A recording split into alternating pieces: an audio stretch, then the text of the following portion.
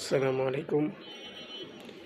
দেখুন আমার ছাত্র পড়া বাদ দিয়ে পড়ার মধ্যে এটা নিয়ে খেলা করে। তো অনেক ছাত্রই আছে পড়ে আর হাত কাটাকুটি করে।